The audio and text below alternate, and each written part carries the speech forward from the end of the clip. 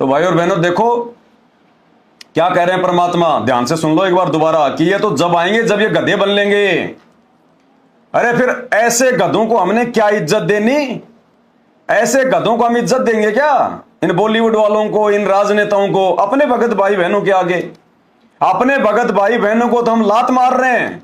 साथ संगत वालों को, अपने भाइयों को तो लात मारते हैं, उनको पीटते हैं, उनके भंडारे बंद करवाते हैं, गालियां निकालते हैं, झूठा उनको गुरुद्रोही घोषित करवा देते हैं। और जो गधे बनेंगे उन जानवरों को हम इज्जत दे रहे हैं, आश्रमों में बुला रहे हैं, टेबल कुर्सी पे बैठा रहे हैं, उनके इंटरव्यू ले रहे हैं, उनके आगे नौकर की तरह खड़े हो जाते हैं, साहब साहब, जी सर जी सर। ये पहचान है काल के दूतों की। ये आश्रम वाले, ये कोऑर्डिनेटर, ये गुरुदेव के बेटा बेटी भाई बंधु रिश्तेदार, ये भगत नहीं है, ये काल के एजेंट हैं। क्या कह रहे हैं परमात्मा? जिनको गधा बनना है, जो गुरुजी के शरण में नहीं आ सकते। कौन से राजनेता ने नाम ले लिया? एक का भी नाम बता दो। जितने भी राजनेताओं को मैनेजमेंट ने अपने आश्रमों में बुलाया है, एक ने भी नाम ले लिया हो तो बता दो भाई। एक भी राजनेता का नाम बता दो कि उसने नाम ले लिया, वो भगत बन गया, उसने राजनीति छोड़ दी, सारे नियम निभा रहा है, फिर भी उनकी इज्जत है। अरे बाखड़ी भैंस की तो इज्जत हो रही है, बिना दूध देने वाली भैंस की तो इज्जत हो रही है। और जो दूध देने वाली भैंस है, जो हमारे भगत भाई बहन है, उनको लात मारा जा रहा है। ये काल के दूतों की पहचान है।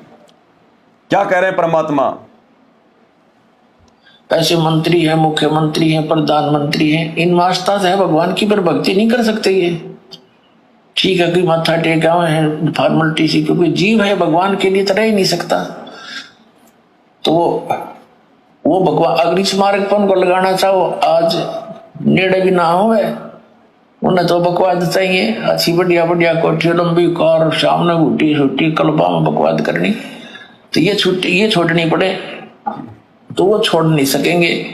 वो जब छोड़ देंगे जब गधे बन लेंगे, गधे बन लेंगे, फिर को मार छुटवा होगा उनकी सारी।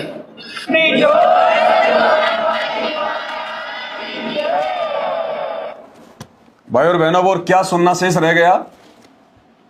क्या सुनना शेष रह गया? आपको क्या लगता है ये राजनेता इन आश्रमों में अपनी मर्जी से आ रहे हैं? नहीं, इनको बुलाया जाता है जबरदस्ती। आपको क्या लगता है ये राजनेता इन आश्रमों में लड्डू जलेबी खाने आते हैं? अरे तो कहीं भी मंगवा लेंगे 100 रुपए के लड्डू जलेबी, अगर इनको खाने होंगे तो। 100 रुपए के लड्डू जलेबी के लिए 500 रुपए का, 1000 रुपए का पेट्रोल फूक के आएंगे क्या? इनको बुलाया जाता है, इनको वोट बैंक दिखाया जाता है, संगत की भीड़ दिखाई जाती है, इसलिए राजनेता आते हैं। और भगवान क्या कह रहे हैं? ये भक्ति नहीं कर सकते। ये तो जब भक्ति करेंगे जब ये गधे बन लेंगे, फिर वो कुमार भक्ति करवाएगा इनसे। अब ऐसे लोगों को हम विशेष इज्जत दें? इज्जत देना तो ठीक है, आदर सत्कार तो भगवान ने बताया जो है, मतलब सबका करना है, लेकिन वो विशेष इज्जत और आदर नहीं जो बिना नाम के ये जगत वाले। अगर किसी को पता चल जाए कि आज वहां पे अमिताभ बच्चन आ रहा है, अगर 2, 4, 5 किलोमीटर का कोई जगह हो कि आज वहां पे अमिताभ बच्चन आ रहा है, तो दौड़ लेगा, सारे काम छोड़ देगा, अरे चल मोटरसाइकिल पे चलते हैं, अमिताभ बच्चन आ रहा, देख के आए। क्या देखेगा? सींग लग रहे हैं उसके, हैं? सींग लग रहे हैं अमिताभ बच्चन के, या उसकी गर्दन कोई जो है मतलब की पीछे की तरफ हो रही है। तेरे जैसा इंसान है, 2 कोटि का जीव है, तेरे से तो अच्छा ही है। तू कम से कम वो बुराई तो नहीं कर रहा, वो पाप कर्म तो अपने सिर पे नहीं धर रहा। इतनी झूठ सांच, इतनी ऊट पटांग बातें। एक फिल्म में तो उसी लड़की को अपनी मां बना लेता है, दूसरी फिल्म में उसी लड़की को अपनी बेटी बना लेता है, तीसरी फिल्म में उसी लड़की को अपनी पत्नी बना लेता है। ये कुत्ता काम हो रहा है, कुत्ते वाला काम है ये। इनकी कोई इज्जत है कोई? जिन लोगों को आध्यात्मिक ज्ञान नहीं है, केवल वो लोग इनकी इज्जत करते हैं मूर्खता में, इनको बहुत बड़ा मानते हैं। तो भाई और बहनों, ये आगे के लिए हमने बहुत ज्यादा सावधानियां रखनी है। अरे ये तो छोड़ो, ये बॉलीवुड वाले, ये मंत्री प्रधानमंत्री, अगर खुद ऊपर से अगर दुर्गा भी उतर के आ जाए, ब्रह्मा विष्णु महेश भी अगर आश्रम में उतर के आ जाएं, तो भी हमारी विशेष नजर नहीं होनी चाहिए, विशेष कोई इज्जत देने वाली वो स्थिति नहीं होनी चाहिए। अगर ज्ञान चर्चा कर रहे हैं भाई बहन मिलके, तो उनकी तरफ देखना भी नहीं है। अगर नजर अगर चली भी गई अचानक से, तो देख के वापस अपनी मालिक की चर्चा करो। ये ठीक है नालायक का, चलो इनका भी अच्छा भाग्य कि आ गए, कम से कम भगवान के शरण में आ जाएंगे तो अपना जीवन सुधारेंगे, नहीं तो गधे कुत्ते बनेंगे अगले जन्म में। ठीक है, इनको बताओ 2 बातें भगत जी, इनको बैठा लो, हम लोग थोड़ी मालिक की थोड़ी विशेष ज्ञान चर्चा कर रहे हैं, इनको भी 2 बातें समझा दो, इनको, इन मूर्खों का हो जाए इनका भला। इस प्रकार से तब हमें परमात्मा सतलोक लेकर जाएगा। हमारा विशेष प्यार, विशेष समर्पण, हमारा विशेष ध्यान केवल अपने गुरु जी में, और विशेष इज्जत केवल अपने भगत भाई बहनों को, क्योंकि वो मोक्ष प्राप्ति की राह पर आगे बढ़ रहे हैं। हमने बेवड़ों को, नशाखोरों को, मांसाहारियों को, इनको इज्जत नहीं देनी है। उनका अपना कर्म जो करें सो करें, भक्ति ले रहे हैं तो बहुत अच्छी बात है, लेकिन वो विशेष नजर, वो विशेष आदर सत्कार केवल अपने भगत भाइयों को, उनको नहीं। ये भाई और बहनों बहुत ध्यान रखने वाली बातें हैं, बहुत ध्यान रखने वाली। आपके पड़ोसी के घर पर अगर नरेंद्र मोदी आ रहा है, आपके पड़ोसी के घर पर अगर राहुल गांधी आ रहा है, या और भी कोई मंत्री संतरी, अमेरिका का राष्ट्रपति आ रहा है, आपके बराबर में जो मकान है पड़ोसी, उसके घर पे आ रहा है, और पड़ोसी कह रहा कि आओ आओ मैं तुम्हें नरेंद्र मोदी जी से मिला दूं। अरे भैया, काहे का नरेंद्र मोदी है, काहे का अमेरिका का राष्ट्रपति? भाई अपने तो संध्या आरती का टाइम हो रहा है, भगवान का भजन करेंगे, नरेंद्र मोदी से मिला दूं। क्या करूंगा मैं नरेंद्र मोदी से मिल गया? क्या तेरे नरेंद्र मोदी के पास में क्या है, तेरे राष्ट्रपति के पास में क्या है, सिवाय बकवाद के, राजनीति की बातों के? है क्या उनके पास में? कोई परमात्मा की चर्चा है? उनको पता है कि भगवान कौन है? क्या बात करेंगे वो? क्या मिलूंगा मैं उनसे? मेरी एक एक श्वास कीमती है, बर्बाद करूंगा क्या मैं? क्या देखूंगा मैं उनको? क्या देखूंगा? सिर पे सिंह लग रहे हैं क्या? और लग रहे हैं तो भी क्या देखूंगा? सिर पे सिंह तो गाय के लग रहे, भैंस के लग रहे। फिर अगर उसके सिंह, सिर पे सिंह लग गए तो कौन सी कोई विशेष बात हो गई? कितने जानवरों के सिर पे लग रहे हैं? कहने का मतलब है हमने किसी भी प्रकार से अपने मन में कोई विशेष जगह उनके लिए नहीं बनानी है। भाई और बहनों, तब कहीं जाके हमारी बात बनेगी। उसको कहते हैं पतिव्रता पद, पतिव्रता धर्म, केवल अपने गुरु जी के प्रति समर्पण, लगन, तब हमारी बात बनेगी। अब ये बातें जो जगत वाला भाई देख रहा होगा, कोई जो संत रामपाल जी के भगत नहीं है, उनको तो हंसी आ रही है। अरे यार बढ़िया मनोरंजन हो रहा है हमारा, यार ये बढ़िया, मतलब एक कॉमेडियन आदमी है, बढ़िया कॉमेडी करता है यार, हमारा टाइम पास हो जाता है। कोई बात नहीं भाई, कोई बात नहीं। हम लोगों को आपकी स्थिति का अच्छे से पता है। अगर आपको यह लगता है कि हमारे वीडियो देख के आपका टाइम पास हो रहा है तो यह भी बहुत अच्छी बात है। अरे वो फालतू की फिल्में देख के, अश्लील गाने सुन के, ये राजनीति की बातें सुन के टाइम पास करने से अच्छा है ये साध संगति के वीडियो देख के तुम्हारा टाइम पास हो रहा है। तुम्हें कुछ तो लाभ मिलेगा, थोड़ा बहुत तो कुछ तुम्हारे दिमाग में बैठेगा, उधर तो तुम्हें कुछ भी फायदा नहीं है। तो भले तुम मनोरंजन के लिए देखो, लेकिन देखते रहो। एक दिन ये मनोरंजन धीरे धीरे तुम्हारे दिमाग में सेट हो जाएगा। जब परिस्थितियां धीरे धीरे बिगड़नी शुरू होंगी ना, और जब ये बातें तुम्हें याद आएंगी कि यारो पवनदास संत रामपाल जी का भगत है, वो बाबा रामपाल जी के ज्ञान आधार से सही कहता था यार 2028 तक तो पता नहीं क्या हो जाएगा। जब आज से ये हो गया, फिर तुम्हारे दिमाग में आने लगेंगी वो बातें। तो भाई और बहनों, इस प्रकार से हमने केवल अपने गुरुदेव भगवान को ही इज्जत देनी है, किसी और को नहीं तो मार खा जाएंगे। काल का बहुत तगड़ा जाल है। तो ये अपन शुरू से सुनेंगे एक बार ये वाला सत्संग परमात्मा का 2 मिनट का, क्योंकि भगवान का सत्संग है, मालिक का ही तो है। हम तो वैसे भी सुनते हैं दिन में घंटा 1 घंटा सत्संग, ये भी भगवान का सत्संग है। और इन सत्संग पे हमारे को और बातें जो है खुल के बताई जा रही हैं, तो बहुत अच्छी बात है। तो ये सत्संग दोबारा सुनो एक बार पूरा परमात्मा का, जिन बातों को लेके हमने पूरा जो ये डिस्कस जो है वो किया है। लेकिन आपके लिए परमात्मा का विधान है, गुरु गोविंद कर जानियो और रहियो शब्द समाए, मिले तो दंडवत बंदगी नहीं पल पल ध्यान लगावे। कि गुरु को भगवान मानकर चलना और रहियो शब्द समाए। शब्द समाए रखना मतलब जो उसने मंत्र दिया है वो सत मंत्र, सतनाम, यानी सत भक्ति, उसमें लीन रहना, गुरु जी को भगवान मानना और जो उपदेश मंत्र दिया है उसमें समाये रहना, उसकी भक्ति पर ज्यादा ध्यान रखना। और जब भी मिले तो दंडवत बंदगी, जहां मिले वहां दंडवत प्रणाम करना।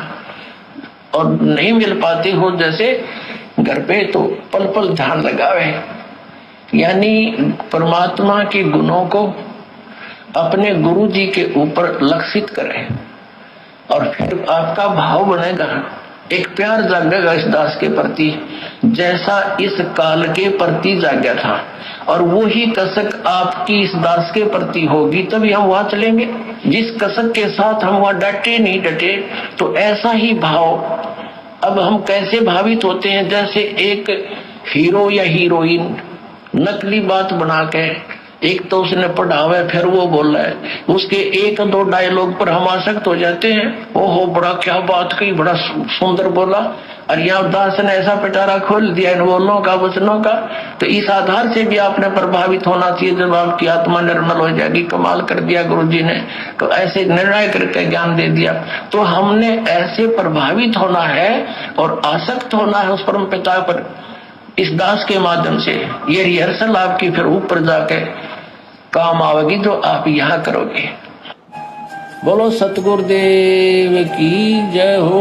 ये हमारी सारी की सारी रिहर्सल गुरुदेव कहते हैं ये ऊपर काम आएगी। ये त्रिकुटी पर परीक्षा होगी हमारी, ऐसी परीक्षा होगी हमारी।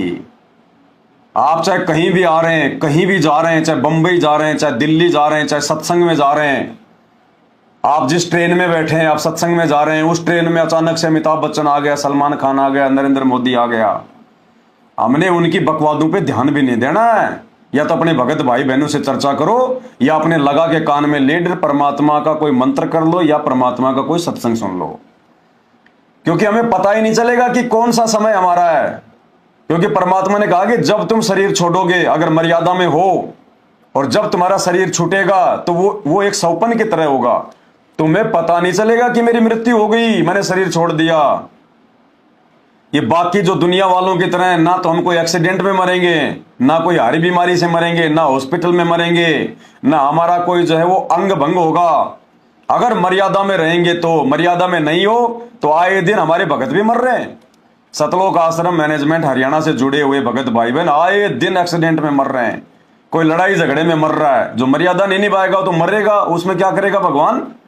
अगर ऐसे सबको लेके जाना तो फिर भक्ति की जरूरत क्या है? फिर तो पकड़ पकड़ के सबको ले जाए भगवान। तो ये परमात्मा इतना संघर्ष जो कर रहा है ना, ज्ञान दे रहा है, भक्ति दे रहा है, इतनी बातें बता रहा है, जेल में बैठ के संघर्ष कर रहा है हमारे लिए, ये मर्यादाओं में रखने के लिए कर रहा है सब कुछ। कि मर्यादा नहीं है तो भक्ति नहीं है। बाकी चाहे तुम कितने बड़े भगत बन जाओ, अगर मर्यादा नहीं है तो कुछ नहीं है।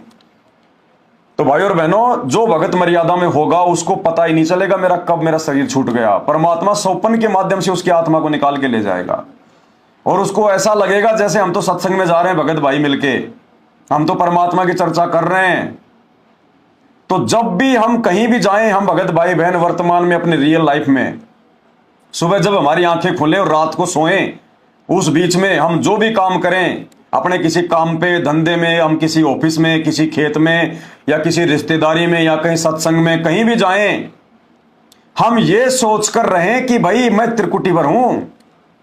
ये ना सोचे कि मैं रिश्तेदारी में खड़ा हूं, ये ना सोचे कि रिश्तेदारी में ब्याह है, मैं यहां गया, ये मेरा रिश्तेदार है। ये ना सोचो कि ये सत्संग है, ये मेरे भगत भाई हैं। ये सोचो कि मैं त्रिकुटी पे खड़ा हूं, त्रिकुटी पे मेरा शरीर छूट चुका है। हर दिन हमने यही सोचना है, हर दिन सुबह आंख खुलते ही ये सोचना है कि जो मेरी आंख खुली है ना, मैं त्रिकुटी पे हूं भाई, मेरा शरीर छूट चुका है और मैं त्रिकुटी पे हूं, और ये मेरी परीक्षा है। हर प्रकार से सावधानी बरतनी है, हर प्रकार से रिश्तेदारी में जा रहे हो, ये सोचना कि मैं त्रिकुटी पे हूं, हर एक मर्यादा का ध्यान रखना है।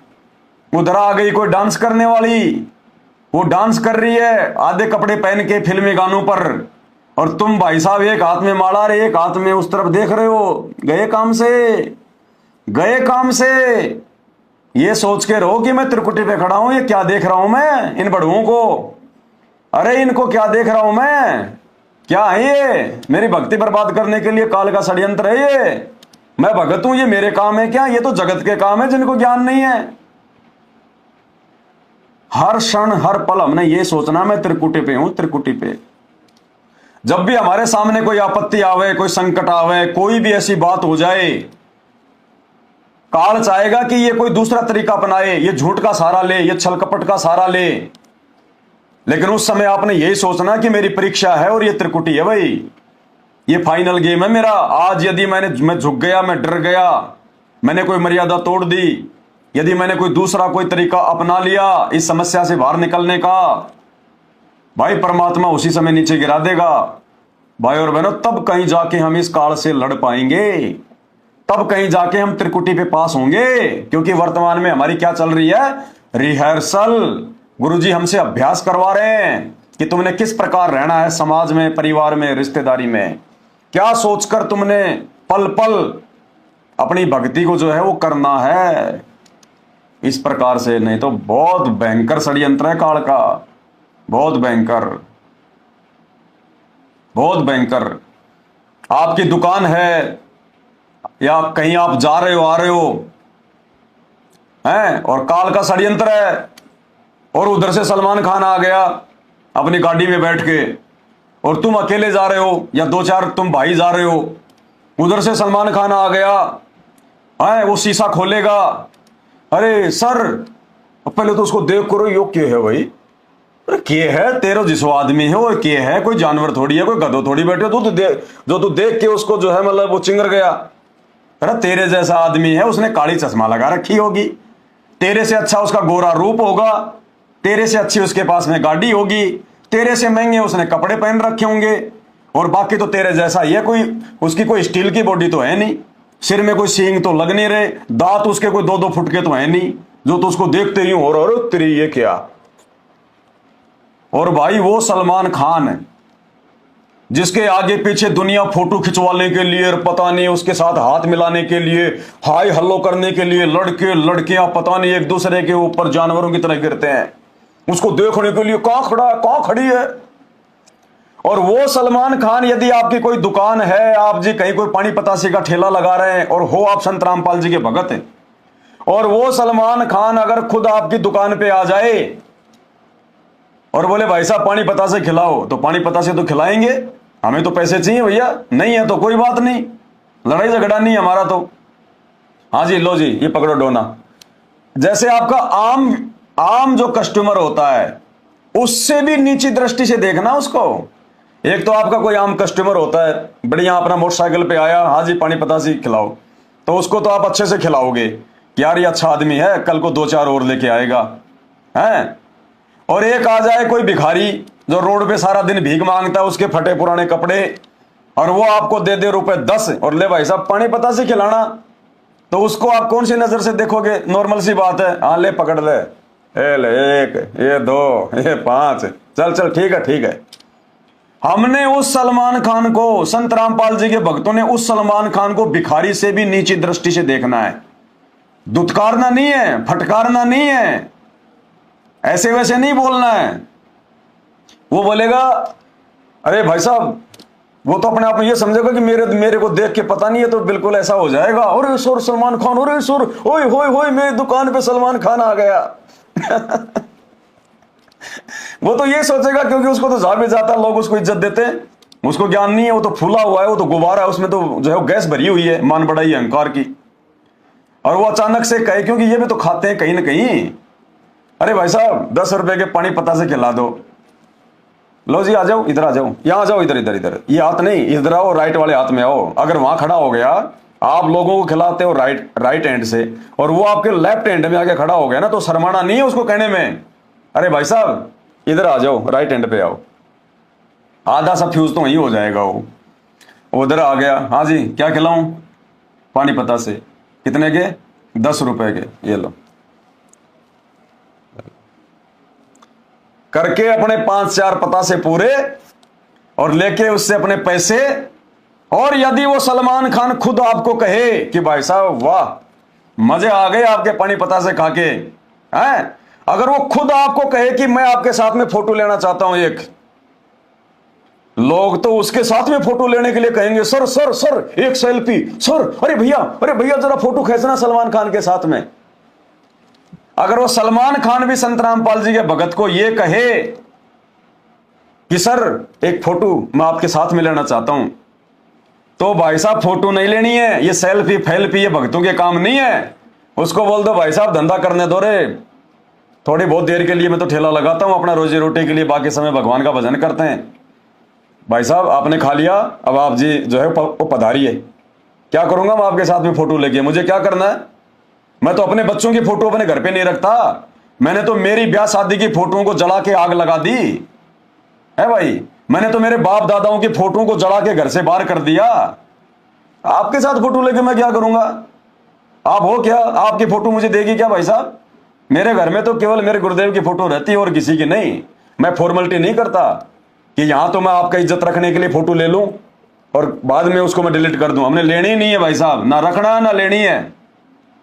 पानी पता से अच्छे लगे और खाने तो बताओ, नहीं तो अपनी गाड़ी में बैठो और बाय बाय। बाय बाय नहीं कहना हमने, टाटा बाय बाय नहीं बोलना, सत साहिब। बस इस हिसाब से भगत भाई और बहनों आप और हमने रिएक्ट करना है, अपने गुरुदेव के अलावा और अपने भाई बहनों के अलावा, चाहे धरती का कोई भी इंसान क्यों ना हो। तब परमात्मा देखेगा यहां से कि हां ये भगत बन गए, अब ये भगत बन गए पक्के, अब इनकी आस्था बिल्कुल अपने गुरुजी में लग गई है, ज्ञान समझ में आ गया है, तब जाके बेड़ा पार होगा भाई और बहनों, तब जाके बेड़ा पार होगा। और यहां कोई एक गांव का सरपंच आ जाता तो उसके पीछे दौड़ लेते हैं, नरक मिलेगा, नरक है।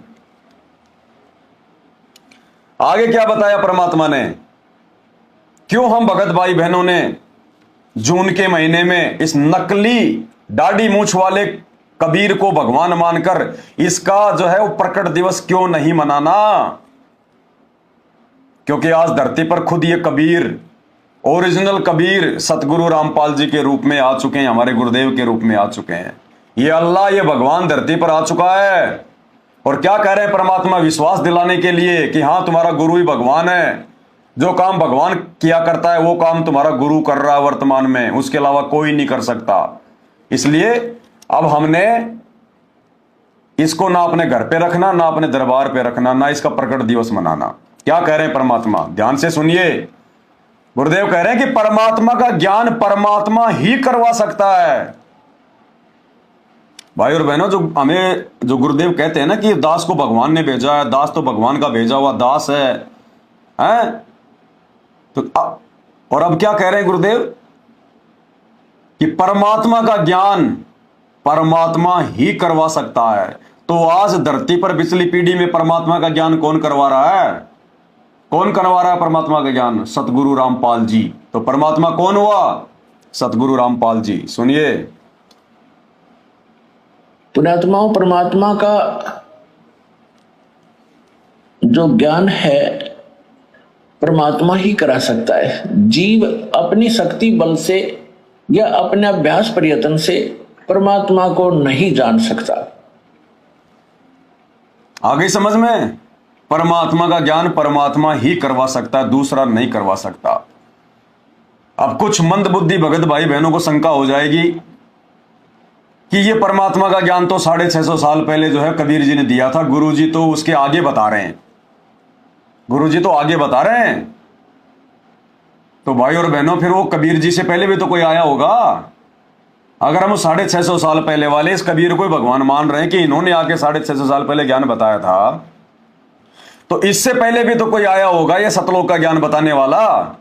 इससे पहले द्वापर युग में करुणामय ऋषि आए थे, त्रेता में मुनिंद्र जी आए थे, तो फिर ये भगवान कहां से हो गया?